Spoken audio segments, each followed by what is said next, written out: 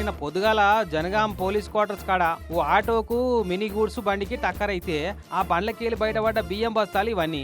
అయితే పల్టీ కొట్టిన ఆ గూడ్స్ బండిని లేపుకొని బస్తాలని బజాలని ఇడిచిపెట్టి టక్క టక్క పారిపోయారట ఆ బండి డ్రైవర్ గాడు ఏంటున్న ఇంకోటి ఇద్దరు కలిసి. మరి ఎందుకట్లా అంటే కింద పడ్డాయని రేషన్ బియ్యం అట. మరి రేషన్ బియ్యాన్ని అమ్ముడు కోనుడు చేయొద్దు కదా. రేషన్ షాపుల గుంట పోయేందుకు బండ్లలో తప్పితే ఇంకే బండ్ల తీసుకుపోయే పర్మిషన్ ఉండదు.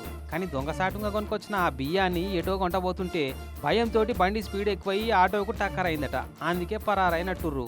అవు పెద్ద మనిషి, ఇంతకీ ఇవి సన్న బియ్యమా అప్పట్లో ఇచ్చిన దొడ్డు బియ్యమేనా పాతయి? బియ్యం సన్నేనే ఆగు సన్న బియ్యమేనట. మరి దొడ్డు బియ్యం అంటే తినేటందుకు పనికిరావని అమ్ముకునేటోళ్ళు. సన్న బియ్యాల సంగతి కూడా అంతే నడుస్తున్నట్టుంది కదా.